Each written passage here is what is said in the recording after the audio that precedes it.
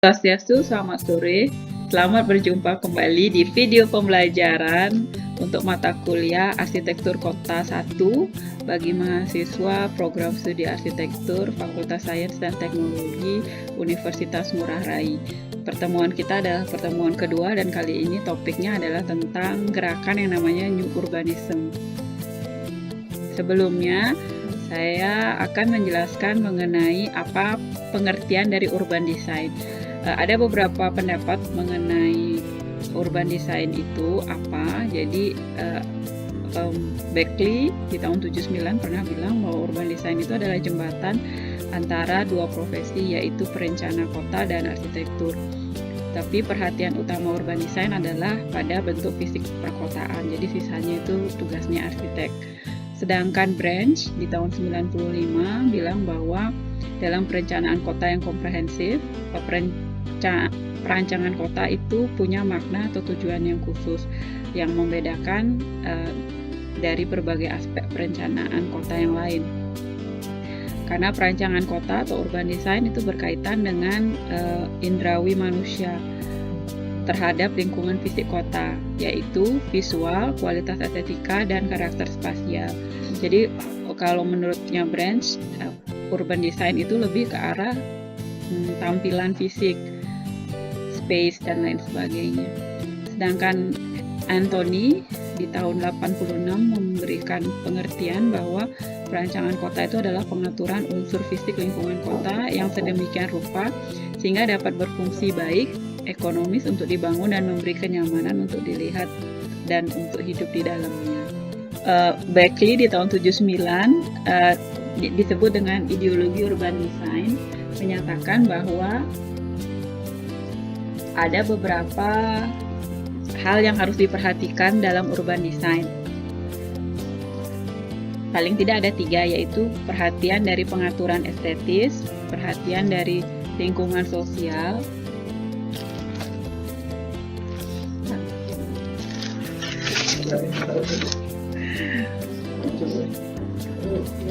kemudian perhatian pada lingkungan sosial yang ideal yang diekspresikan melalui lingkungan fisik yang juga ideal. Tujuan urban design oleh Spreeringen disebutkan bahwa urban design itu harus membuat kota itu menjadi lebih manusiawi. Pernyataan pertama bahwa urban design itu hanya berfokus pada lingkungan fisik juga harus mendukung kehidupan manusia di dalamnya.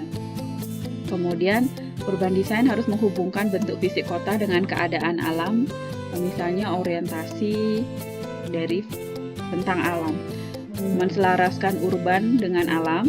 Kemudian yang keempat, menciptakan lingkungan kota yang berkualitas dan menjadikan kota sebagai pelabuhan keanekaragaman, heterogen ya perkotaan itu.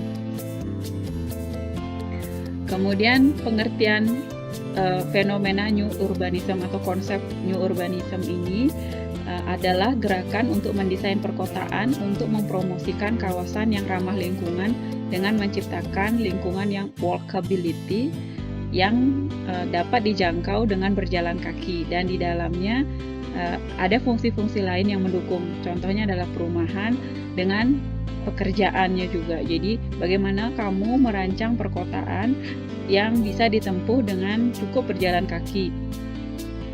Ini gerakan yang muncul di tahun 80-an di Amerika yang berdampak pada strategi baru pengembangan real estate, perencanaan kota, dan penggunaan lahan di Amerika Serikat.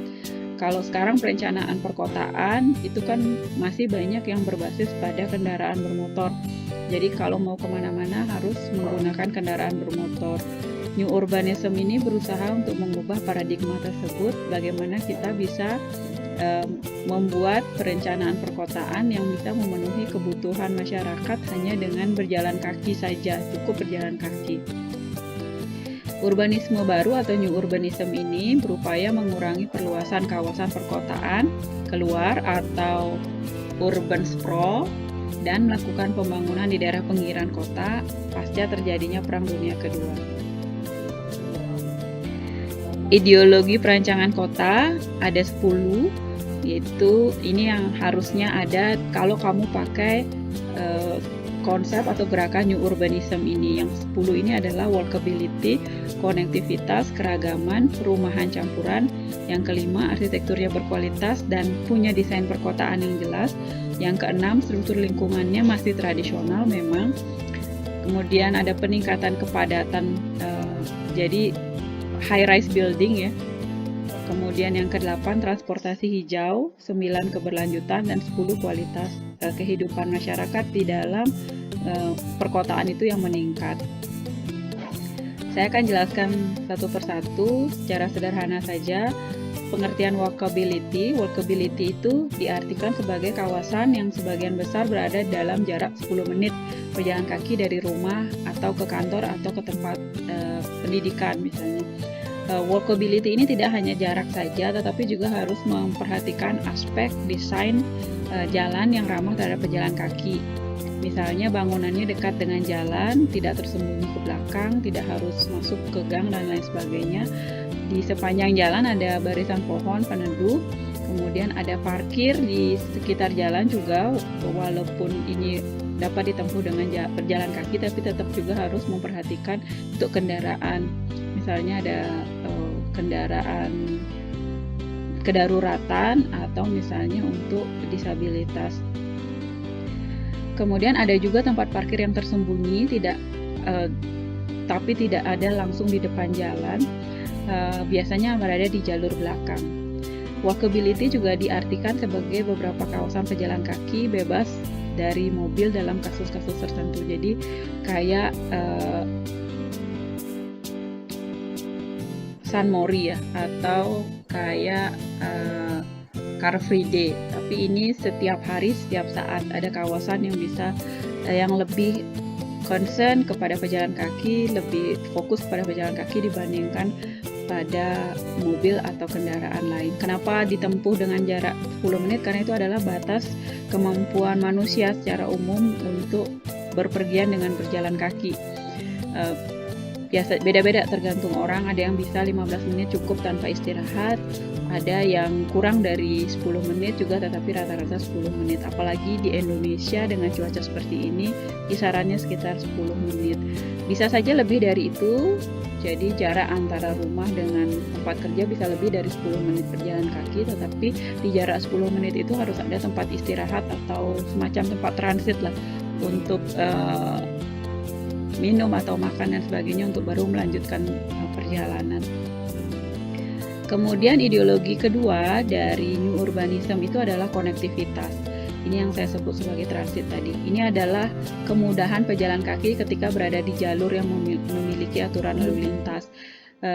Contohnya di jalan raya atau di jalan yang sempit, bahkan di gang-gang. Ada jalur khusus, tidak cukup hanya pedestrian saja. Tapi ada jalur yang benar-benar diperhatikan bahwa ini memang layak untuk dipakai untuk berjalan kaki. Kawasan pejalan kaki haruslah ramah terhadap publik sehingga setiap pengguna merasa nyaman ketika berjalan kaki, aman ya, nyaman, tidak takut terserempet mobil atau kendaraan yang lain ketika dia berjalan kaki. Jaringan jalan yang terhubung akan membubarkan jaringan lalu lintas dan memudahkan berjalan kaki. Sekali lagi, New Urbanism ini lebih fokus kepada pejalan kaki dibandingkan kendaraan bermotor, dan ini gerakannya sudah di tahun 80-an, tapi tetap saja perencanaan kota kita sampai sekarang masih berpegangan pada jalan kendaraan. Aspek atau ideologi ketiga itu adalah keragaman. Jadi termasuk pada bangunan, tidak boleh ada bangunan yang seragam sebenarnya. Jadi ada bermacam-macam bangunan tetapi tetap dalam satu rangkaian tema yang sama.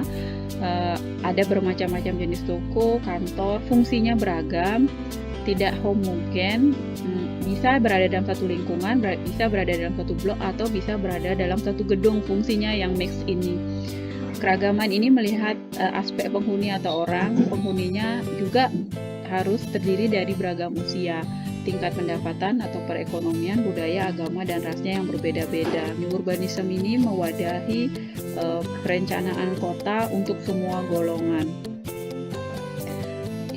Yang keempat itu adalah perumahan campuran. Kembali lagi bahwa ideologi perancangan kota New Urbanism ini tidak menghendaki perumahan yang homogen. dia harus campuran, jenis rumahnya harus beragam, ukurannya juga harus berbeda-beda, harga rumah bahkan jarak antar rumah juga tidak sama satu sama lain. Yang kelima, arsitekturnya berkualitas dengan desain perkotaan yang baik juga. Jadi menekankan pada bentuk atau arsitektur bangunan yang harus terlihat indah, juga memiliki nilai estetika nyaman untuk dihuni dan menciptakan kawasan yang sehat untuk kesehatan jiwa mereka, tidak bikin tertekan, stres dan lain sebagainya. Apa yang dimaksud dengan struktur lingkungan tradisional? Ini mencakup ruang publik di tengah komunitas. Jadi ada ruang-ruang publik yang sifatnya tradisional, yang terbuka, dibangun dengan konsep atau nilai budaya kelokalan, pasar lokal, kemudian ada lapangan dan lain sebagainya. Kawasan yang berada di tengah atau di pinggir lokasi permukiman yang dapat dibedakan, kawasan bagian tengahnya dapat dijadikan tempat atau ruang publik. Sisanya permukiman, jadi permukiman di tengah-tengahnya jadi ruang publik. Peningkatan kepadatan ini mengutamakan jarak perumahan yang berdekatan sehingga pembangunan itu dilakukan secara vertikal. Karena itu mempermudah pejalan kaki dan lebih efisien. Ideologi yang ke-8 adalah transportasi hijau, adalah transportasi yang ramah lingkungan, mass transportation. Jadi layanan kereta api yang berkualitas tinggi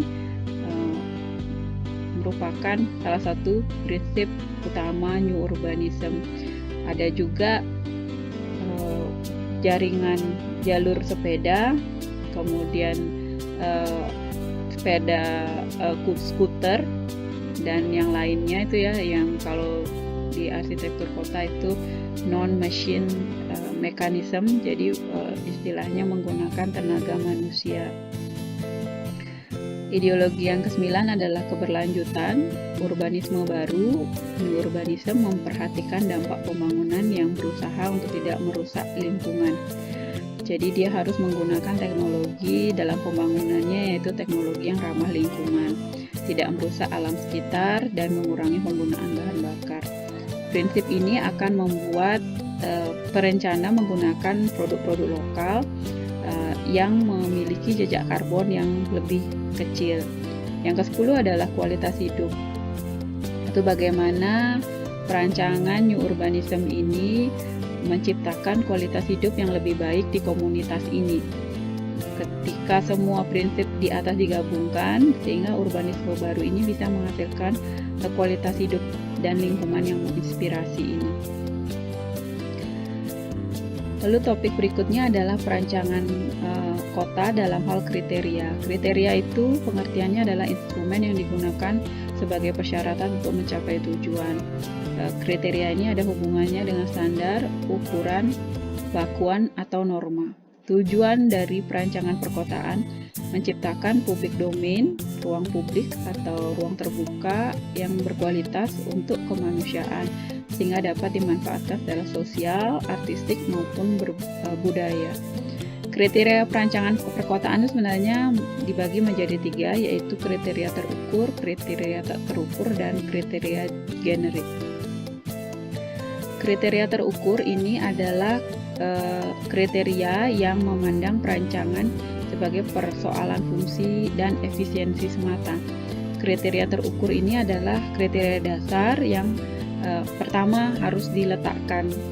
Secara kuantitatif, kriteria terukur ini didapat dari pertimbangan faktor fisik dasar, ekonomi maupun budaya. Ada 2 kelompok kriteria dalam kriteria terukur, yaitu kriteria lingkungan alam dan kriteria bentuk dan masa bangunan.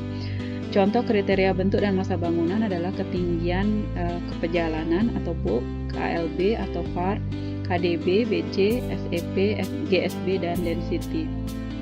Ada juga bentuk kriteria bentuk dan masa yang lain, yaitu garis sepadan bangunan, pertimbangan jalur pesawat terbang, kemudian pertimbangan terhadap kebakaran, optimum harga lahan atau konstruksi, pertimbangan angin, pertimbangan daya dukung lahan minimum, gempa dan transportasi.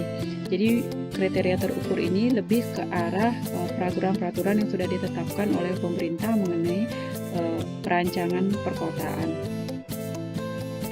Kriteria yang kedua adalah kriteria tak terukur. Kriteria ini digunakan pada perancangan tradisional yang lebih menekankan pada estetika. Kriteria tak terukur ini banyak digunakan oleh perancang yang lebih menekankan pada seni. Kriteria tak terukur ini lebih banyak menekankan pada perasaan dan pengamatan. Jadi kesan subjektivitasnya lebih kental dibandingkan kriteria terukur. Kriteria tak terukur adalah kriteria yang tidak dapat diukur secara kuantitatif, tetapi dapat memberi persepsi yang sama terhadap pengamat yang melihatnya. Disinilah peran arsitek biasanya untuk memunculkan kesan-kesan estetika pada perancangan perkotaan. Kriteria tak terukur lebih menekankan pada aspek kualitatif lapangan, jadi kualitas yang dilihat. Contohnya adalah beberapa kriteria tak terukur. Yang pertama adalah akses atau pencapaian. Akses atau pencapaian ini adalah kemudahan, kenyamanan, dan keamanan untuk mencapai tujuan terkait dengan lokasi, sirkulasi, dan kelengkapan sarana prasarana, pengamanan, dan yang lainnya. Kemudahan akses ini perlu memperhatikan sejauh mana kemampuan orang menuju satu tempat. Sedangkan kenyamanan lebih menekankan pada kualitas lingkungan kota, seperti meningkatkan kualitas trotoar dan mengakomodasi pola jalur pedestrian dengan perabotan jalan atau street furniture, tanam-tanaman, desain jalan yang terlindungi dari cuaca maupun terhindar dari silau atau pantulan sinar matahari, atau dengan identitas ciri tersendiri. Faktor penting dalam keamanan antara lain adalah kejelasan pintu masuk atau arah fasilitas, sehingga orang akan mengetahui kemana dan apa yang harus dilakukan.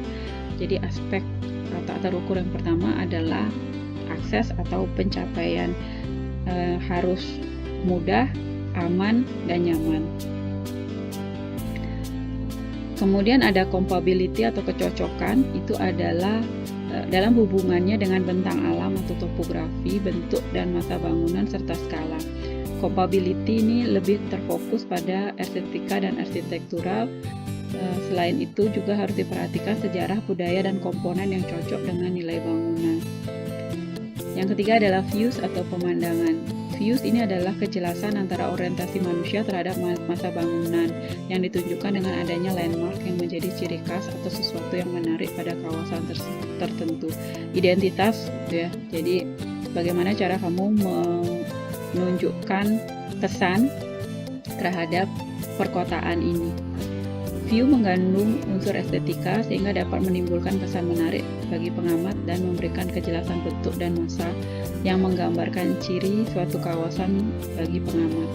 Penilaian estetika dapat dilihat dari skala dan pola bangunan, penggunaan warna, tekstur, tinggi, besaran, dan bentuk objek yang diamati. Keempat, identitas yang tidak jauh berbeda dengan views. Identitas itu adalah ciri yang dikenali dari citra. Nanti kita belajar soal citra perkotaan. Elemen ini dapat dikenali melalui landmark dari suatu kawasan yang dapat mencirikan identitas. Yang kelima, sense atau rasa, itu adalah suasana yang ditimbulkan yang berhubungan dengan aspek budaya setempat. Ini dicapai dengan desain bentuk yang khusus atau identitas kembali, yaitu suatu kegiatan yang dapat menyentuh hati masyarakat. Ini merupakan rangkaian ruang dengan fungsi erat dan berkaitan dengan kegiatan sosial maupun proses alami. Yang keenam adalah livability atau kehidupan. Ini adalah kenyamanan untuk tinggal di dalam perkotaan yang bagi banyak orang masuk tinggal di sana. Untuk mengetahui tingkat kenyamanan tinggal di kota, dibutuhkan indikator kenyamanan agar memiliki persepsi yang sama. Ada banyak survei mengenai livability, perkotaan-perkotaan yang livable di seluruh dunia.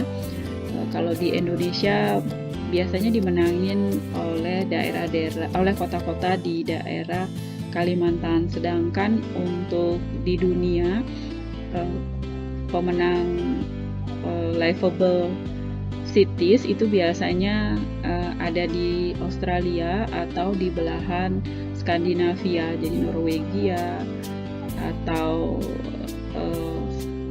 Copenhagen dan sebagainya, itu yang pemenang-penang livable cities.